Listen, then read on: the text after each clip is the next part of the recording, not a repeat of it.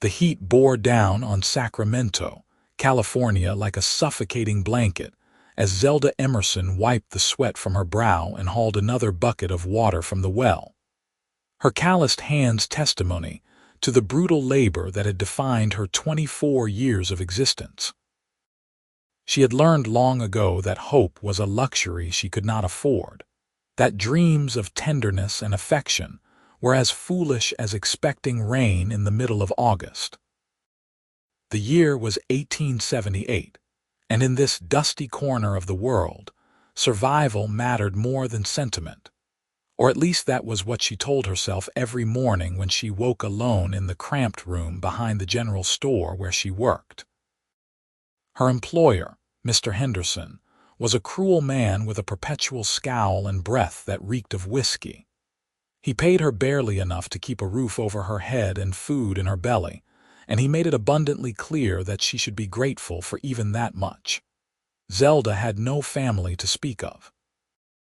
Her mother had died bringing her into this world, and her father had drunk himself to death when she was 16, leaving her with nothing but debts and a reputation tarnished by association. The good people of Sacramento saw her as damaged goods, a woman with no prospects and no future worth considering. She had stopped looking in mirrors years ago. What was the point? The reflection that stared back showed a woman worn down by hardship, her dark hair always pulled into a severe bun, her dress patched and faded. She was not ugly, but she was not beautiful either, and in a world where women were valued primarily for their appearance and their connections, being unremarkable was its own kind of curse. Men looked through her rather than at her, and the women of the town treated her with a mixture of pity and disdain that burned worse than any outright cruelty. There had been one man, years ago, who had shown interest. Thomas had been a clerk at the bank, young and ambitious, and for a few brief months, Zelda had allowed herself to believe that perhaps her life might take a different turn. But Thomas had been looking for a stepping stone, not a partner. When a merchant's daughter with a substantial dowry arrived in town, he had dropped Zelda without a backward glance, as though their conversations and stolen moments had meant nothing at all. The humiliation had been complete when he married the other woman within 3 months, and Zelda had overheard him laughing with his friends about how he had nearly been trapped by a penniless nobody. That had been the moment when something inside her crystallized into an unbreakable certainty. Love was not for women like her. Affection was not something she would ever truly know. She had given up on the notion entirely, accepting that her life would be one of solitary endurance until death finally granted her relief. It was a bleak philosophy, but it kept her safe from further disappointment. If you expected nothing, you could not be hurt when nothing was exactly what you received. The day Preston Zimmerman rode into Sacramento was unremarkable in every way except for his arrival. Zelda was sweeping the wooden planks in front of the general store, creating small clouds of dust with each stroke of the worn broom. She noticed him only because his horse was a striking gray mare with intelligent eyes, and the animal paused near the water trough as though grateful for the respite from the relentless sun. Preston himself was tall and lean, with sun-bronzed skin and dark hair that curled slightly at his collar. He wore the practical clothing of a man who worked cattle for a living, his hat pulled low against the glare, his movements economical and purposeful. Zelda watched him water his horse with the detached interest she might give to any stranger passing through town. Sacramento sat along several major routes, and cowboys, prospectors, and travelers came and went with regular frequency. Most of them never stayed long, and she had no reason to believe this one would be any different. She returned to her sweeping, dismissing him from her thoughts entirely. That was why she was so startled when a deep voice spoke directly behind her, causing her to jump and nearly drop the broom. "Pardon me, miss, Could you direct me to where I might find work around here? I am looking for ranch hands or cattle work, anything steady." Zelda turned to find Preston standing a respectful distance away, his hat now in his hands. His eyes were a warm brown, and when he looked at her, he actually seemed to see her, which was so unusual that she momentarily forgot to respond. "The Harrington Ranch is about 5 miles west of town," she finally said, her voice coming out more sharply than she intended. "They are always looking for hands. The pay is fair, or so I have heard." Preston nodded, a slight smile touching his lips. "Thank you kindly. I appreciate your help." He paused, then added, "That is a heavy bucket you have got there. Would you like me to carry it inside for you before I go?" Zelda glanced at the water bucket she had set down near the store entrance. It was heavy, and her shoulders already ached from the morning's work, but the offer startled her so thoroughly that suspicion immediately flared. "Why would you do that?" The question seemed to take Preston aback. "Because it looks heavy and I am standing here doing nothing." "It would only take a moment." She studied him, searching for the ulterior motive, the hidden mockery, the trap, but his expression remained open and genuine without a trace of condescension or jest. Still, she had learned not to trust apparent kindness. "I can manage on my own, but thank you." Preston replaced his hat and nodded again. "As you wish. Thank you again for the directions, miss." He walked back to his horse, mounted with easy grace, and rode out of town in the direction she had indicated. Zelda watched him go, feeling oddly unsettled. The exchange had been brief and meaningless, yet something about it lingered in her mind as she returned to her work. She shook her head, irritated with herself. One polite word from a stranger and she was acting like a foolish girl.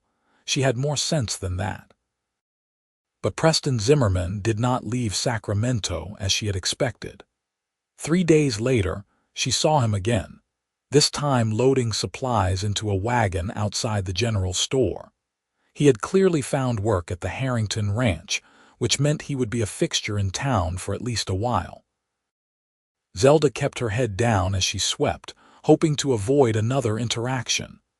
"Good morning, Miss Emerson." Her head snapped up. He had learned her name. Preston stood near the wagon, a sack of grain balanced on one shoulder, and he was looking at her with that same direct, genuine expression. "How did you know my name?" The words came out more accusatory than she intended. "I asked the store owner who the helpful lady was who gave me directions the other day. He told me." Preston shifted the grain sack. "I wanted to properly thank you. The Harrington Ranch hired me because I arrived right when they needed someone. Your directions may have changed my circumstances considerably." Zelda did not know what to say to that. Mr. Henderson had told this stranger her name. That was surprising in itself. Her employer barely acknowledged her existence most days. "I am glad it worked out for you." Preston set the grain sack in the wagon and dusted off his hands. "If you do not mind my saying so, Miss Emerson, you look like you could use a break from that sweeping. Would you care for a cool drink? There is a pump over there and I have a clean cup." Every instinct screamed at her to refuse. This was how it started, with small gestures that seemed innocent until they were used against you, until you were made to feel foolish for having believed in them. "No, thank you. I have work to do." "Fair enough." Preston did not seem offended. "Perhaps another time." There would be no other time, Zelda told herself firmly. She would simply avoid him as much as possible. Sacramento was not so small that their paths had to cross regularly, but the town, it seemed, had other ideas.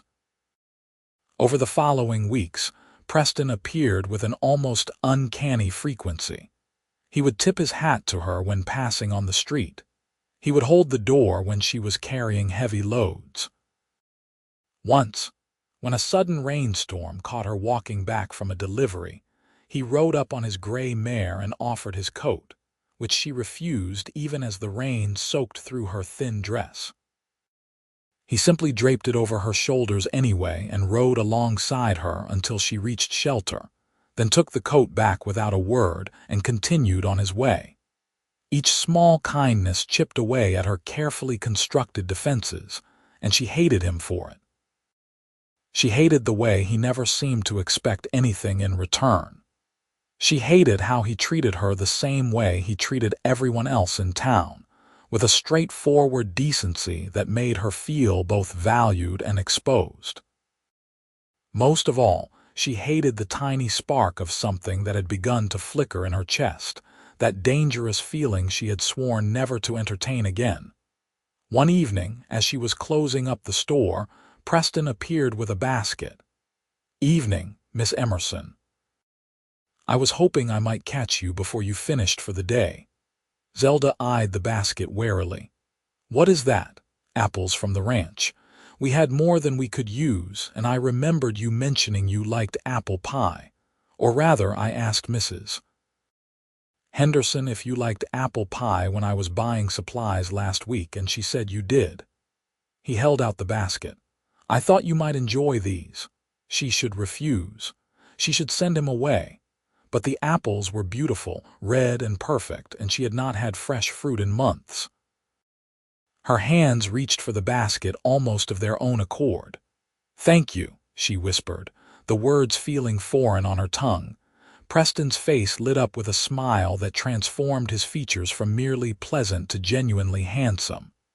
"You are very welcome. I hope you enjoy them." He started to turn away, but something made Zelda speak. "Why do you keep doing this?" He paused, looking back at her with a question in his eyes. "Doing what? Being kind to me, bringing me things, going out of your way." She clutched the basket of apples like a shield. "What do you want?" Preston's expression grew serious, and he took a step closer, though still maintaining a respectful distance. "Miss Emerson, I do not want anything from you. I am kind to you for the same reason I try to be kind to everyone, because it costs me nothing and might brighten someone's day. But if I am being too forward or making you uncomfortable, please tell me, and I will keep my distance. I do not understand you." The confession burst out before she could stop it. "Men do not act this way without wanting something. Then perhaps you have known the wrong men." His voice was gentle, not judgmental. "I was raised to believe that how you treat people matters, especially those who have no reason to expect kindness. My mother used to say that small acts of goodness are like drops of water in the desert. They might seem insignificant alone, but they can mean everything to someone dying of thirst." Zelda felt something crack inside her chest, a fissure in the protective wall she had built so carefully. "Your mother sounds like she was a wise woman." She was. "She passed 5 years ago, but I try to live in a way that would make her proud." Preston's eyes held a distant sadness. "Look, I know we do not know each other well, but I can see that life has not been particularly kind to you, Miss Emerson. I have no grand designs or hidden motives. I just thought maybe knowing that someone sees you, that someone thinks you deserve apples and dry coats and help with heavy buckets, might make your days a little less hard. That is all." Tears threatened, and Zelda blinked them back fiercely. She would not cry in front of this man, this stranger who somehow saw through her armor to the loneliness beneath. "I should go, but thank you, truly, thank you for the apples." She fled before he could respond, the basket clutched against her chest, her heart pounding with a mixture of fear and something else, something she dared not name. That night, alone in her small room, Zelda made an apple pie with shaking hands. The fruit was perfect, sweet and tart, and as she worked, she allowed herself to think about Preston's words. "Someone sees you. Someone thinks you deserve kindness." The concepts were so foreign, so fundamentally at odds with everything she had come to believe about herself and her place in the world, that she did not know how to process them. She had given up on ever being loved. She had accepted that as an immutable fact of her existence. But Preston was not offering love. He was offering something simpler and perhaps more profound. He was offering basic human decency, the acknowledgement that she mattered, that her comfort and happiness were worth a few moments of effort. And God help her, it was working.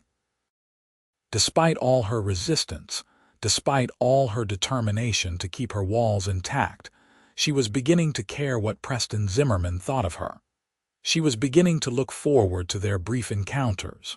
She was beginning to feel something she had thought long dead: hope. The following Sunday, Zelda did something she had not done in years. She went to church. She told herself it was because she needed the spiritual comfort, that her decision had nothing to do with the fact that Preston would likely be there, being the sort of man who probably attended services regularly. She wore her best dress, which was still shabby compared to what the other women wore, and she sat in the back pew where she always sat when she bothered to come at all. Preston arrived with a group of ranch hands from the Harrington place. She watched as he greeted people, shaking hands and exchanging pleasantries with an ease she envied. He had integrated into the community seamlessly, the way some people could. Then his eyes found hers across the crowded church, and his whole face brightened. He excused himself from his conversation and made his way to her pew. "Miss Emerson, what a pleasant surprise. May I sit with you?" Every person in the vicinity was now watching them with varying degrees of curiosity and speculation. Zelda felt her cheeks burn, but she nodded. "If you wish." Preston settled beside her, close enough that she could smell the clean scent of soap and leather, far enough that propriety was maintained. "I am glad you came today. Reverend Thompson gives a good sermon, or so I have been told." "I have heard them before," Zelda murmured, acutely aware of the whispers starting around them. Preston Zimmerman, the new ranch hand who had earned a reputation for being hardworking and honorable, was sitting with Zelda Emerson, the pitiable nobody who worked at the general store. The gossip would be all over town by evening. Preston seemed oblivious to the attention, or perhaps he simply did not care. When the service began, he shared his hymnal with her, and she found herself singing for the first time in memory, her voice soft and uncertain next to his clear baritone. It felt strange and wonderful and terrifying all at once. After the service, Preston walked her back toward the store, despite it being out of his way. "I enjoyed sitting with you today. I hope I did not cause you any discomfort. People were staring at us." "People always stare when something breaks their routine. Let them stare." Preston's voice was unconcerned. "Miss Emerson, I have a question for you, and please feel free to say no if you are not interested. The Harrington Ranch is hosting a barn dance next Saturday. Would you consider attending with me?" Zelda stopped walking, her heart racing. "You are asking me to a dance?" "I am. I know it is forward of me, and we are still getting acquainted, but I would very much like to spend an evening in your company, dancing and talking without interruption." "What do you say?" This was it, the moment where she needed to decide. She could say no, could retreat back into her safe, lonely existence where disappointment was impossible because expectation had been eliminated. Or she could say yes, could take the terrifying leap of trusting someone again, of believing that perhaps this man was different, that his kindness was genuine. "I do not have anything appropriate to wear to a dance," she said finally, hating how small her voice sounded. Preston's expression softened with understanding. "Then wear whatever you are most comfortable in. I promise you, I do not care about your dress, I care about your company." She took a deep breath. "Then yes, I will go with you." His smile was radiant, and for just a moment, Zelda allowed herself to smile back, to feel the unfamiliar warmth of anticipation. Maybe, just maybe, she had been wrong about everything. Maybe some men were different. Maybe some kindness came without strings attached. Maybe, against all odds and all her experience, she could be someone worthy of affection. The week leading up to the dance passed in a blur of anxiety and excitement. Zelda found herself thinking about Preston constantly, remembering the way he looked at her, the steadiness of his presence, the gentle humor in his voice. She caught herself humming while she worked, which Mr. Henderson noticed with a suspicious grunt. "You are in an unusual mood, girl. Do not let it interfere with your duties." "No, sir," Zelda replied, ducking her head. But even her employer's surliness could not dampen her spirits entirely. On Wednesday, she found a package waiting for her at the boarding house where she rented her room. Inside was a length of blue fabric, simple but good quality, along with a note in neat handwriting. "I thought this color would suit you. No obligation, but if you wanted to make a new dress for the dance, I would be honored to see it. If not, that is equally fine. Yours respectfully, P. Zimmerman." Zelda stared at the fabric for a long time, running her fingers over the soft cotton. It was the most beautiful thing anyone had given her since she could not remember when. Part of her wanted to refuse it, to send it back with a note explaining that she could not accept such generosity. But another part of her, the part that was tired of denying herself every small joy, wanted desperately to keep it, to make the dress, to feel pretty for once in her hard, unglamorous life. She kept the fabric. She worked on the dress every night after her shifts at the store, her fingers clumsy at first, but growing more confident as the garment took shape. She had learned sewing from her mother, or so her father had told her in his rare, sober moments, and the skill had never entirely left her. The dress came together with neat seams and careful stitching, and when she tried it on the night before the dance, she barely recognized herself in the cracked mirror.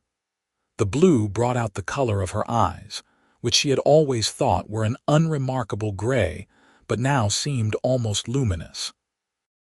The cut of the dress emphasized her figure in a way that was modest but flattering. She had washed her hair with expensive soap she had been saving and let it dry in waves around her face, rather than scraping it back into her usual severe bun. She looked, for the first time she could recall, like a woman who might be worthy of a cowboy's attention. Saturday arrived with agonizing slowness. Zelda's hands shook as she dressed for the evening, second-guessing every decision. What if this was all an elaborate joke? What if Preston had asked her to the dance on a bet? Some cruel game being played by the ranch hands for entertainment. What if she arrived and he was not there, and everyone laughed at her presumption? But when Preston knocked on her door at the appointed time, all those fears evaporated. He stood there in clean trousers and a pressed shirt, his hair neatly combed, holding a small bouquet of wildflowers.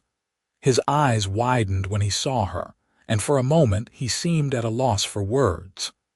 "Miss Emerson, you look absolutely beautiful." The sincerity in his voice was unmistakable, and Zelda felt her anxiety begin to ease. "Thank you, and thank you for the fabric. I hope the dress is acceptable." "Acceptable? You are the most beautiful woman I have ever seen." Preston held out the flowers. "These are for you. They are not much, but I picked them this morning from the fields." Zelda took the bouquet, her fingers brushing his in the exchange. "They are perfect. Just let me put them in water and we can go." The ride to the Harrington Ranch was pleasant, the evening air cooling after the heat of the day. Preston had borrowed a wagon for the occasion, and he kept up an easy stream of conversation, telling her about his work, asking about her life, listening with genuine interest to her careful responses. Zelda found herself relaxing despite her nerves, drawn in by his warmth and obvious desire to make her comfortable. The barn was festively decorated with lanterns and ribbons when they arrived, and music was already playing from a small group of musicians gathered in the corner. People milled about, talking and laughing, and several heads turned as Preston helped Zelda down from the wagon. She caught sight of some of the town women watching her with narrowed eyes, their expressions making clear what they thought of her audacity in attending with someone as eligible as Preston Zimmerman. Preston seemed to notice her discomfort because he leaned close and whispered, "Ignore them. You are here with me, and I am delighted about it. That is all that matters." He led her onto the dance floor as a waltz began, and Zelda discovered that despite all her worries, dancing with Preston was easy. He was a good lead, confident but not overbearing, and he held her at a proper distance while still making her feel protected and cherished. They moved together across the floor, and for those few minutes, the rest of the world ceased to exist. "You dance well, Miss Emerson," Preston said as the music swelled. "Did someone teach you?" "My father, before he took to drinking so heavily. He said every woman should know how to dance." It was one of her few good memories of the man, those brief evenings when he would put on music and teach her the steps, his face uncharacteristically gentle and patient. He was right. And I am grateful for the lesson, because it means I get to dance with you now. Preston's eyes were soft as he looked at her. "I have to confess something. I have been looking forward to this all week. Every day at the ranch, I would think about tonight, about getting to spend time with you without you running off or looking for an excuse to end the conversation." Zelda felt her cheeks warm. "I have been looking forward to it too, more than I expected." "Good, because I would very much like for this to be the first of many evenings we spend together." Preston's voice was serious now, his expression intent. "Miss Emerson, I know you have reasons to be cautious about men and their intentions. I can see it in the way you flinch when someone gets too close, the way you look for the trap in every kind gesture. Someone hurt you, probably more than one someone, but I want you to know that I am not those men. I am interested in you, genuinely interested, and not for any reason other than that I find you fascinating and brave and deserving of all the good things this world has to offer." Tears pricked at Zelda's eyes and she blinked them back. "I do not know what to say to that." "You do not have to say anything. Just give me a chance. Let me prove to you one kindness at a time that not everyone will disappoint you. That is all I ask." The waltz ended, and they stood there on the dance floor for a moment longer, the other dancers swirling around them. Zelda felt as though she were standing on the edge of a precipice. That saying yes to this man meant stepping off into empty air with no guarantee of where she would land. But something in Preston's eyes, some fundamental decency and honesty, made her believe that perhaps the fall would not be fatal. Perhaps instead she might find that she could fly.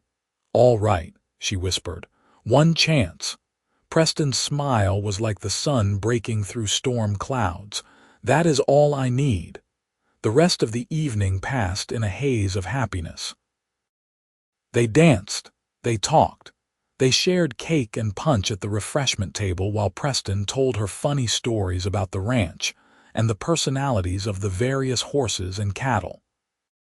People continued to stare, and some of the women made pointed comments loud enough for Zelda to overhear, but with Preston beside her, their opinions seemed less important than they once had.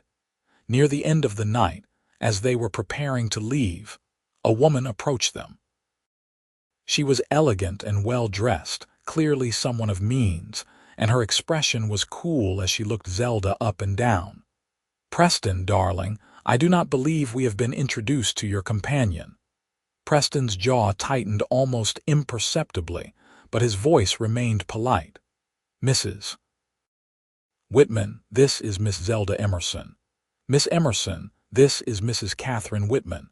Her husband owns the bank in town." "How fascinating." Mrs. Whitman's smile did not reach her eyes. "Tell me, Miss Emerson, how exactly did you manage to secure the attentions of our most eligible new bachelor?" I am sure all the young ladies in town are positively dying to know your secret." The implication was clear and cruel. Zelda felt the old humiliation rising, the familiar shame that told her she was out of place, that she had no business pretending to be someone worthy of respect. But before she could respond, Preston stepped forward, placing himself slightly between Zelda and Mrs. Whitman. "There is no secret, Mrs. Whitman. I asked Miss Emerson to accompany me tonight because she is a remarkable woman with more grace and genuine kindness than most people I have met. If the young ladies of the town are wondering why I chose her company over theirs, perhaps they should consider that character matters more than social standing or wealth. Now, if you will excuse us, we were just leaving." He offered his arm to Zelda, who took it with shaking hands, and they walked out of the barn together into the cool night air. Once they were alone by the wagon, Zelda turned to Preston, her emotions threatening to overwhelm her. "You did not have to do that. Mrs. Whitman is an important person in this town. She could make your life difficult. I do not care about Mrs. Whitman's opinion, and she cannot make my life any more difficult than I can handle. But I do care about you, and I will not stand by while someone tries to make you feel small." Preston's voice was fierce with conviction. "You are not less than anyone, Zelda. Not Mrs. Whitman, not the merchant's daughters, not anyone. The fact that they have money and you do not says nothing about your worth as a person." It was the first time he had used her given name, and hearing it on his lips sent a shiver through her. "I wish I could believe that." "Then let me believe it for you until you can believe it yourself." Preston reached out and gently took her hand. "I meant what I said earlier. Give me a chance to prove to you that you deserve good things, that you deserve to be loved." There it was, the word she had been avoiding, the concept she had sworn off entirely. Love. It seemed impossible, ridiculous even, that this man who had known her for barely 2 months could be speaking of love. But the earnestness in his face made it clear that he was deadly serious. "I am afraid," Zelda admitted, her voice barely audible. "I am afraid of believing you and then being proven wrong. I do not think I could survive that disappointment again." Preston squeezed her hand gently. "I understand, and I am not asking you to love me back right now. I am just asking you to let me try. Let me show you what it looks like when someone genuinely cares about your happiness. If after all that, you decide this is not what you want, then I will respect that decision. But please, give me the opportunity." She looked into his eyes, searching for any hint of deception or ulterior motive, and found none. Just sincerity and hope and a tenderness that made her heart ache. "All right," she said finally. "I will try." The ride back to town was quiet, but it was a comfortable silence, filled with possibilities rather than awkwardness. When Preston helped her down from the wagon at her boarding house, he held her hand for a moment longer than necessary. "Thank you for tonight. It was perfect. Thank you for inviting me and for defending me in there." Zelda hesitated, then rose on her toes and placed a soft kiss on his cheek. "Good night, Preston." His hand came up to touch the spot where her lips had been, and his expression was one of wonder. "Good night, Zelda. I will see you soon." She watched him drive away, her heart full of feelings she could not quite name. Fear was still there, certainly, but it was accompanied now by something else. Something that felt dangerously like joy. Over the following months, Preston made good on his promise.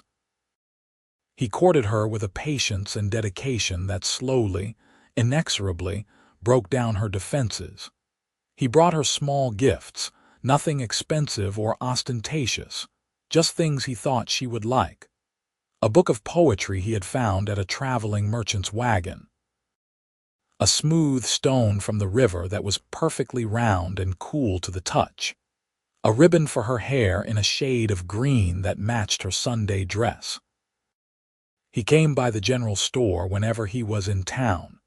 ostensibly to buy supplies but really just to see her, to exchange a few words and make her smile.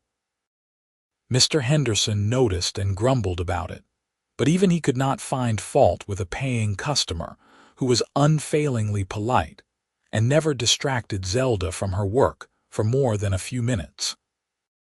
Preston took her on walks through the countryside, showing her places he had discovered during his work at the ranch.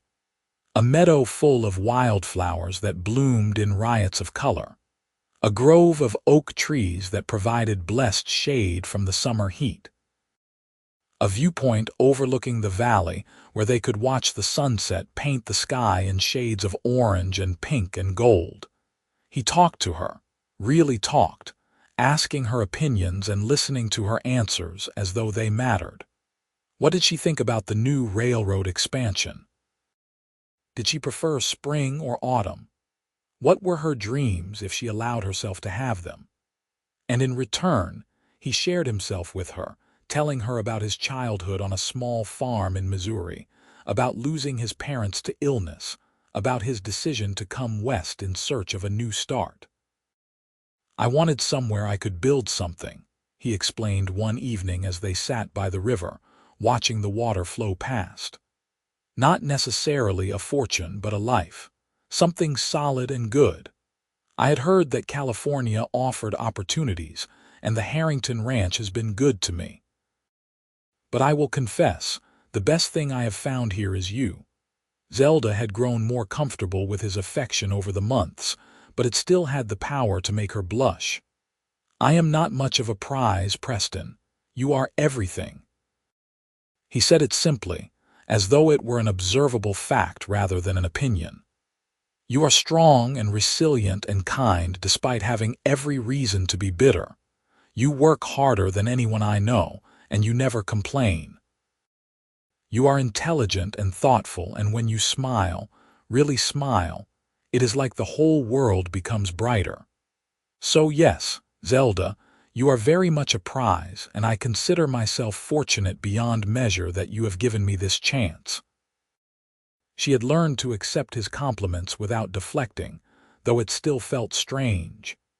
"You have changed my life," she said softly. "Before you came, I had resigned myself to a certain kind of existence, a small, hard life with no room for happiness. You made me believe that maybe I deserved more, that maybe I could have more.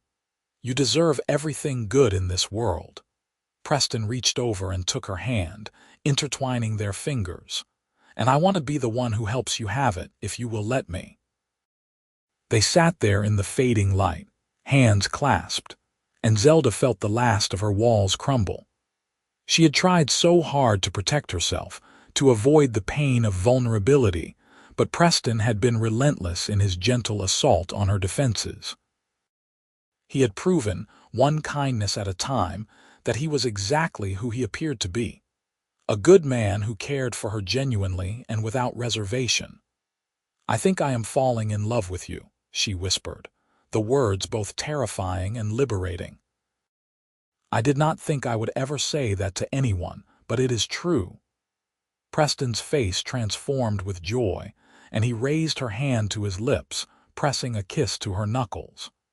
"I have been in love with you since that first day when you gave me directions with such fierce independence. I have just been waiting for you to catch up." He leaned in slowly, giving her time to pull away if she wanted, but Zelda did not pull away. She met him halfway, and their first kiss was soft and sweet and filled with all the promise of a future she had never believed could be hers. When they finally separated, both were smiling, and Zelda felt lighter than she had in years, as though she had set down a burden she had been carrying for so long she had forgotten what it felt like to stand up straight. "What happens now?" she asked, a little breathless. "Now I ask you properly, in the way you deserve." Preston shifted so that he was kneeling beside her on the riverbank, still holding her hand.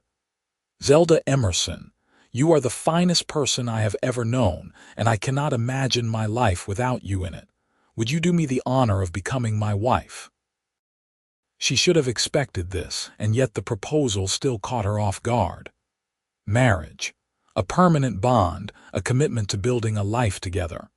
It was everything she had given up on, everything she had told herself was impossible. And yet here was Preston, offering it to her with open hands and an open heart. "Yes," she said, her voice strong and sure despite the tears streaming down her face. "Yes, I will marry you." Preston let out a whoop of joy and pulled her into his arms, spinning her around despite their awkward position on the ground. They both ended up laughing, tangled together in the grass by the river, and when he kissed her again, it was with a passion that promised a lifetime of such moments, of joy and connection and love. They were married 6 weeks later in the same church where they had first sat together, with Reverend Thompson officiating and half the town in attendance. Zelda wore a new dress, this one cream-colored and more elaborate than anything she had ever owned, purchased with money Preston had saved specifically for the occasion. Mrs. Harrington had helped with the planning, revealing a kind heart beneath her brisk exterior, and several of the ranch hands attended as Preston's guests. Even Mr. Henderson came, though he grumbled about having to close the store for the afternoon. To Zelda's surprise, he gave her a small gift, a set of handkerchiefs with her new initials embroidered in the corner. "You have been a good worker," he said gruffly. "I suppose I will miss having you around, though I would never admit it." It was the closest thing to affection she had ever received from him, and Zelda found herself unexpectedly touched. "Thank you, Mr. Henderson. I appreciate everything you did for me, even if it did not always feel like much at the time." He harumphed and walked away, but she thought she saw the hint of a smile on his weathered face. The ceremony was simple but beautiful, and when Preston slid the ring onto her finger, a plain gold band that represented months of his savings, Zelda felt a sense of rightness settle over her. This was where she was meant to be. This man was who she was meant to be with. All the pain and loneliness of her past had led her to this moment, and while she would not wish those experiences on anyone, she could acknowledge that they had made her strong enough to recognize and accept genuine love when it finally appeared. "I love you," Preston said as they stood before the assembled witnesses, his voice carrying clearly through the church. "I promise to spend every day proving that to you in small ways and large, for as long as we both live." "I love you," Zelda replied, her voice steady despite her emotions. "And I promise to trust in that love, to believe in us, no matter what challenges we face." The kiss that sealed their vows was met with applause and cheers, and as they walked back down the aisle as husband and wife, Zelda caught sight of her reflection in one of the church windows. She barely recognized herself. The bitter, hopeless woman who had given up on ever being loved was gone, replaced by someone radiant with happiness and possibility. Preston had rented a small house on the outskirts of town, close enough to the Harrington ranch that his commute was manageable but with enough land that they could keep chickens and a vegetable garden. It was modest, just 3 rooms and a porch, but to Zelda it was a palace. It was hers. Theirs. A place where she belonged absolutely and without question. Their wedding night was tender and gentle, Preston taking his time to ensure her comfort and pleasure. Zelda had been nervous, her experience with physical intimacy non-existent, but Preston was patient and attentive, and by the time morning light filtered through their bedroom window, she felt transformed in more ways than one. This was what it meant to be loved, she realized. Not just the grand gestures or the pretty words, but the everyday care, the attention to her needs, the desire to make her happy even in the smallest moments. Life settled into a rhythm that was both new and surprisingly comfortable. Preston went to work at the ranch each day, and Zelda transformed their little house into a home, cooking and cleaning and tending the garden with a satisfaction she had never found in her work at the general store. She had feared that being alone during the days would trigger her old loneliness, but knowing that Preston would return each evening made all the difference. She was not abandoned. She was simply waiting for the man she loved to come home, and he always did come home, often with small surprises. Fresh eggs from the ranch, a bolt of fabric he had traded for, wild roses he had picked on his way back. Each gift was accompanied by a kiss and a question about her day, and they would sit on the porch in the cooling evening air, talking about everything and nothing, simply enjoying each other's company. "I have been thinking," Preston said one evening about 3 months into their marriage. "The Harringtons have offered me a promotion. They want me to become the ranch foreman. It would mean more money and more responsibility, but also longer hours and more stress. I wanted to talk to you about it before I decided." Zelda considered this, stirring the stew she had prepared for dinner. "What do you want to do?" "Honestly, I want to take it. I think I would be good at the job, and the extra money would help us build our savings, but not if it means sacrificing our time together. You are more important to me than any job." His willingness to put her first, even in this, made her heart swell. "I think you should take it. We are secure enough now that we can handle a few longer days, and I am proud of you for earning their trust. Besides, I have been considering taking in sewing work. Several women in town have asked if I would make dresses for them, and I could do that during the days when you are gone. We could both contribute to building our future." Preston came over and wrapped his arms around her from behind, resting his chin on her shoulder. "Have I told you lately that you are remarkable? Not since this morning." She leaned back into his embrace, savoring the warmth and solidity of him. "But you can tell me again if you like. You are remarkable, and I am the luckiest man alive." They ate dinner together, talking about their plans and dreams, and later that night, as they lay in bed with Zelda's head resting on Preston's chest, she reflected on how completely her life had changed. A year ago, she had been alone and hopeless, convinced that she was destined for a life of isolation. Now she was married to a man who loved her deeply, building a home and a future that exceeded her wildest dreams. "Preston," she said softly into the darkness. Thank you for not giving up on me, for seeing past all my walls and insisting on being kind even when I tried to push you away." His arm tightened around her. "Thank you for letting me in, for taking a chance on us. I know it was not easy for you. It was the best decision I ever made." She tilted her head up to kiss his jaw. "I love you so much it scares me sometimes. I never thought I could feel this way about another person." "I love you too. And Zelda, you never have to be scared of that feeling. I am not going anywhere. We are building this life together, and I plan to be by your side for every moment of it." She believed him. That was the miracle, really. After years of mistrust and self-protection, she had found someone trustworthy, and she had allowed herself to trust. It had not been easy, and there were still moments when old fears resurfaced, when she worried that this happiness was too good to be true. But Preston was always there, steady and patient, proving over and over that his love was real and lasting. The seasons changed, and with them, their lives continued to evolve. Preston thrived as ranch foreman, his natural leadership and fairness earning him respect from the hands who worked under him. Zelda's sewing business grew beyond her expectations, and she found herself with more commissions than she could easily handle. They talked about hiring help, perhaps taking on an apprentice, and the fact that they could even consider such things was a testament to how far they had come. Spring arrived with its usual burst of new life, and Zelda discovered she was pregnant.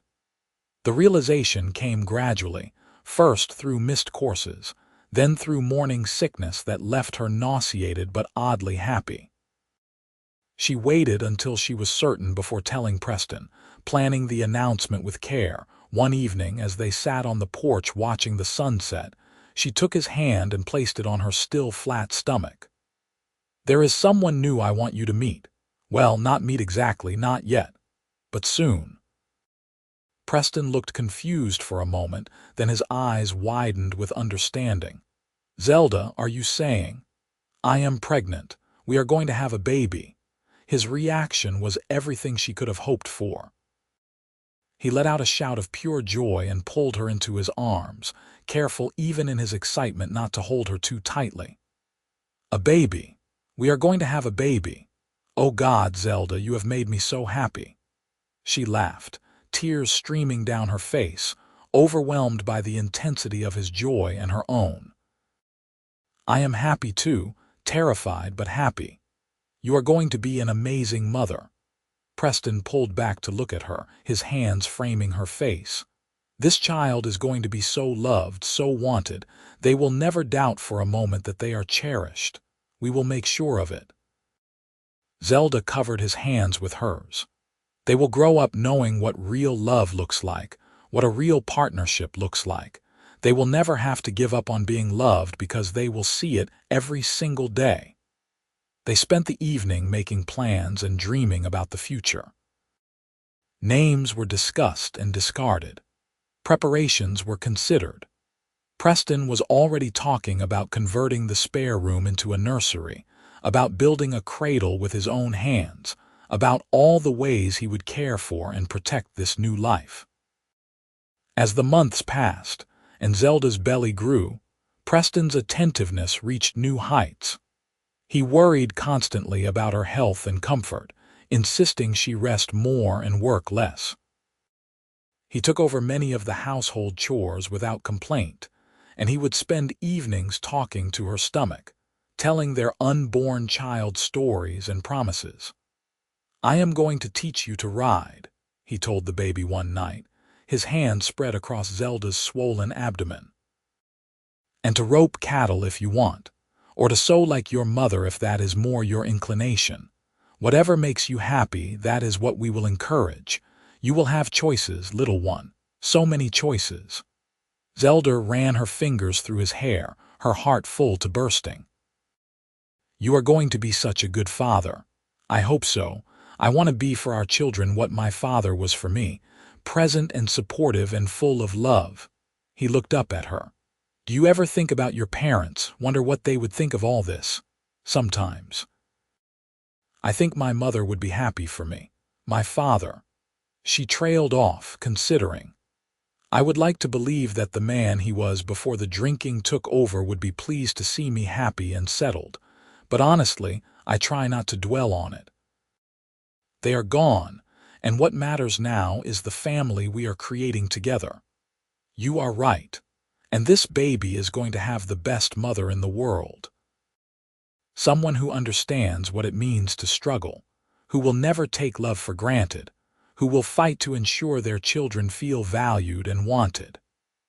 Their son was born on a crisp October morning, after a labor that was long and difficult but ultimately successful. Preston stayed by Zelda's side the entire time, holding her hand and offering encouragement. And when the baby finally arrived with a lusty cry, his face was wet with tears of joy. "A boy," the midwife announced, placing the squirming infant on Zelda's chest. "A healthy, strong boy." Zelda looked down at the tiny face, red and wrinkled and absolutely perfect, and felt a love so fierce it took her breath away. This was her son, hers and Preston's. A new life they had created together, a symbol of everything they had built. "Hello, little one," she whispered, tracing his small features with a gentle finger. "I am your mama and I love you so much already." Preston leaned in, his arm around Zelda, his other hand lightly touching the baby's head. "And I am your father. Welcome to the world, son. We have been waiting for you." They named him Thomas, after Preston's father, with the middle name James after no one in particular, but because they both liked the sound of it. Thomas James Zimmerman. He was a good baby, healthy and alert, and as the weeks turned into months, his personality began to emerge. He was curious and active, always watching, always reaching for new experiences. Watching Preston with their son was one of Zelda's greatest joys. He was patient and playful, spending hours making faces and sounds that sent Thomas into fits of baby laughter. He changed diapers without complaint and walked the floor during nighttime fussiness, singing lullabies in his deep voice until the baby settled. "You are a natural at this," Zelda observed one evening as Preston cradled Thomas against his shoulder, gently patting his back. "It is easy when you love someone this much." Preston's voice was soft with wonder. "I look at him, and I cannot believe that he is ours. That we get to raise him, to shape who he becomes. It is terrifying and amazing all at once." "I know exactly what you mean." Zelda came over to stand beside them, completing their little family tableau. "Sometimes I still cannot believe any of this is real. That I have you and Thomas, that we have this life. It feels like a dream I might wake up from." Preston shifted Thomas to one arm so he could pull Zelda close with the other. "It is real, I promise you. This is our life, the one we built together, and it is only going to get better." He was right. As Thomas grew from infant to toddler, their lives became fuller and richer. The little boy was a source of constant entertainment and joy, his achievements celebrated with equal enthusiasm by both parents. His first word was "Papa," much to Preston's delight and Zelda's mock indignation. His first steps were taken between them in the front yard, his face lit with triumph as he wobbled from Preston's hands into Zelda's arms. They took him to church on Sundays, where he was doted on by the congregation. Even Mrs. Whitman, who had been so cruel years earlier, seemed charmed by the boy, though her interactions with Zelda remained cool. Zelda found she did not care. She had everything that mattered: a husband who loved her, a son who brought her joy, and a life that felt meaningful and good. When Thomas was 2, Zelda became pregnant again. This time, the pregnancy was easier, perhaps because she knew what to expect, and Preston was somehow even more attentive than he had been the first time. He had truly grown into his role as both husband and father, balancing his responsibilities at the ranch with his devotion to his family. Their second child, a daughter they named Sarah Marie, arrived on a warm June evening. She was smaller than Thomas had been, but just as healthy, with a thick shock of dark hair and her father's brown eyes. Thomas was fascinated by his new sister, wanting to touch her and help with her care, and Zelda's heart swelled watching Preston teach their son how to be gentle, how to support Sarah's head, how to be a good big brother. "We are truly blessed," Preston said one night after both children were finally asleep. He and Zelda sat on the porch, exhausted but content, watching the stars emerge in the darkening sky. "Sometimes I think about that day I rode into Sacramento, dusty and tired and looking for work. I had no idea that I was riding toward the rest of my life." "I think about that day too," Zelda admitted. "I was so suspicious of you, so determined not to let you get close. I am glad you were persistent. I am glad you eventually let me in." Preston reached over and took her hand, his thumb tracing familiar patterns across her knuckles. "You know what the best part is? We did this together. Every step, every decision, every challenge. It has been us, working as a team, building something beautiful." "I never thought I could have this," Zelda said softly. "A real family, a true partner, children to love and raise. I had given up on all of it. And then you came along and proved me wrong, one kindness at a time. You deserved it all along, I just helped you see it." They sat in comfortable silence for a while, the sounds of the night settling around them. A coyote called in the distance, The wind rustled through the trees at the edge of their property. Inside, one of the children made a small sound before settling back into sleep. "You ever regret it?" Zelda asked suddenly. "Choosing me, I mean. You could have had your pick of women, ones with better prospects or prettier faces or more agreeable temperaments." Preston turned to her, his expression serious.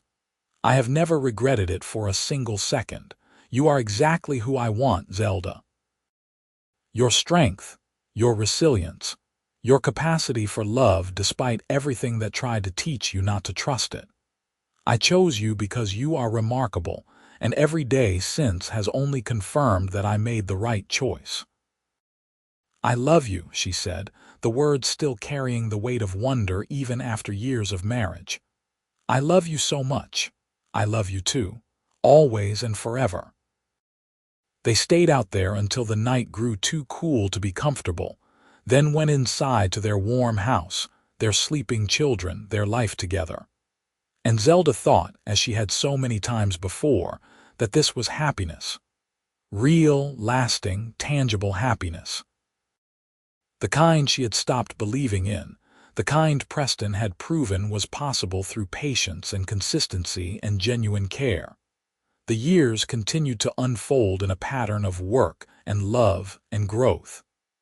Thomas started school, showing a quick mind and a kind heart that made both his parents proud. Sarah followed a few years later, and she proved to be as stubborn as her mother and as gentle as her father, a combination that served her well.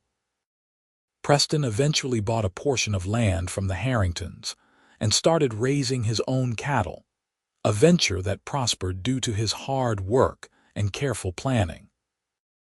Zelda's sewing business evolved into a small dress shop she ran from their home, employing 2 young women from town and taking commissions from as far as San Francisco. She had become, much to her own surprise, a respected businesswoman, known for her skill and fair prices. The money she earned went into their savings, building a security she had never known in her youth. When Thomas turned 16, tall and strong and every inch his father's son, Preston took him on as a partner in the cattle business. The boy had inherited his father's work ethic and his mother's determination, and he threw himself into learning every aspect of ranching. Sarah, at 14, showed more interest in her mother's business, and she had a natural eye for design that had Zelda thinking about eventually passing the shop to her daughter.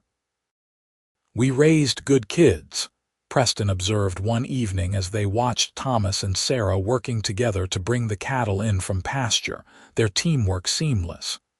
"They are kind and capable and know their own minds. We did well." "We did," Zelda agreed, slipping her hand into his as naturally as breathing. Even after all these years, the simple act of touching him brought her comfort and joy. "They never doubted they were loved, not for a moment. We made sure of that, because you knew what it was like to doubt it. You made sure our children would never feel what you felt." Preston raised her hand to his lips, kissing her knuckles. "That is your gift, Zelda. You took your pain and turned it into a determination that our children would have better." She thought about that, about the woman she had been when they met. Bitter, hopeless, convinced she was unworthy of affection. And then she thought about who she was now. A wife, a mother, a businesswoman, a person who was loved and who loved in return. The transformation was complete, and it had started with one man's refusal to accept her certainty that she was unlovable. "I could not have done any of it without you," she said. "You saved me, Preston, in every way that matters. We saved each other. I was drifting before I met you, looking for something I could not name. You gave me purpose and a reason to build something lasting. We are a team, Zelda. We always have been." They stood there on their porch, watching their children, surrounded by the life they had built together over nearly 2 decades. And Zelda felt a peace that went bone deep, a certainty that she was exactly where she belonged. As the years advanced further, their children grew and made their own lives. Thomas married a sweet girl named Elizabeth from a neighboring ranch, and they gave Preston and Zelda their first grandchild, a boy they named Preston after his grandfather. Sarah eventually took over the dress shop entirely, expanding it and earning a reputation that reached beyond California. She married later, at 26, to a banker named Robert who treated her with the same respect and devotion her father had shown her mother. Preston and Zelda grew older together, their hair turning silver, their movements slowing but their love never diminishing. They would sit on the porch in the evenings, holding hands and watching the sunset, talking about their grandchildren and their memories and their gratitude for the life they had shared. "You remember when I asked you to that first barn dance?" Preston asked one evening, his voice carrying the slight rasp of age. "You looked so scared, like you expected me to rescind the invitation at any moment." "I remember. I could not believe you actually wanted to spend time with me. It seemed too good to be true." Zelda leaned her head on his shoulder, comfortable and content. "I am glad you proved me wrong. Me too. Best decision I ever made pursuing you." He kissed the top of her head. "I would do it all again exactly the same way. Every moment, every challenge, every joy, all of it. Even the parts where I was difficult and suspicious and kept trying to push you away. Especially those parts. They made the eventual happiness all the sweeter." They sat in silence, watching the sun paint the sky in brilliant colors. After a lifetime together, words were often unnecessary. They had learned to communicate in glances and touches, in the simple presence of one another. "I love you," Zelda said, as she had said countless times before and would say countless times again. "Thank you for not giving up on me, all those years ago.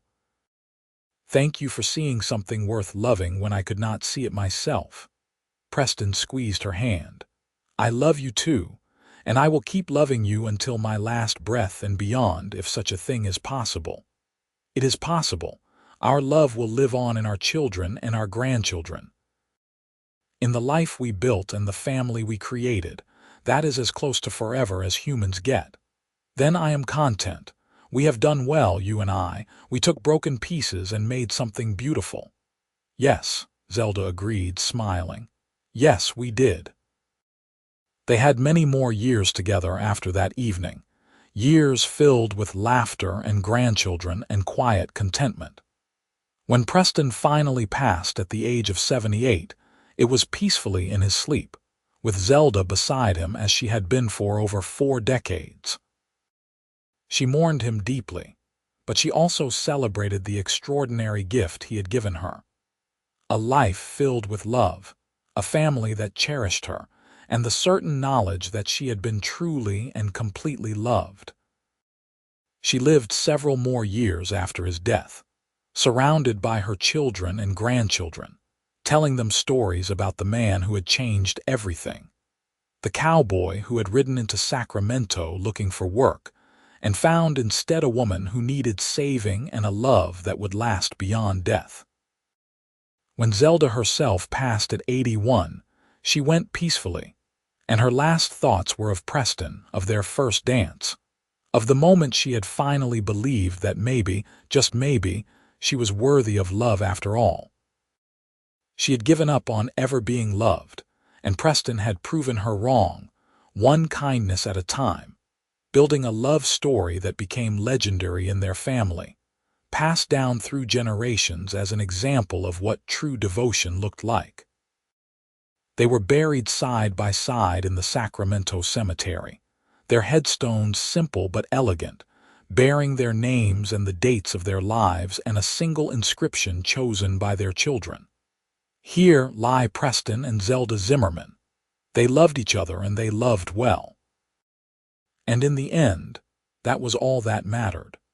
The hardships and doubts of the beginning had faded into insignificance, overwhelmed by the decades of happiness that followed. Zelda had learned that giving up was not the same as being defeated, That opening your heart again after it had been broken required more courage than keeping it closed. And that sometimes the greatest love stories began with someone simply refusing to accept that you were unworthy of love. Preston had been that someone for her, the cowboy who saw past her defenses to the woman beneath, who proved through consistent action and unwavering devotion that she deserved all the good things she had convinced herself were impossible. And in doing so, he had not just changed her life. He had given her a life, a real one, full of meaning and connection and joy. Their story became part of Sacramento's history, told and retold at family gatherings and community events. The couple who had found each other against all odds, who had built something beautiful out of loneliness and determination, and small acts of kindness. It was a story that reminded people that love could bloom in the most unlikely circumstances, that persistence and genuine care could overcome even the deepest wounds, and that sometimes all it took to change someone's life forever was showing up, day after day, with simple, honest kindness.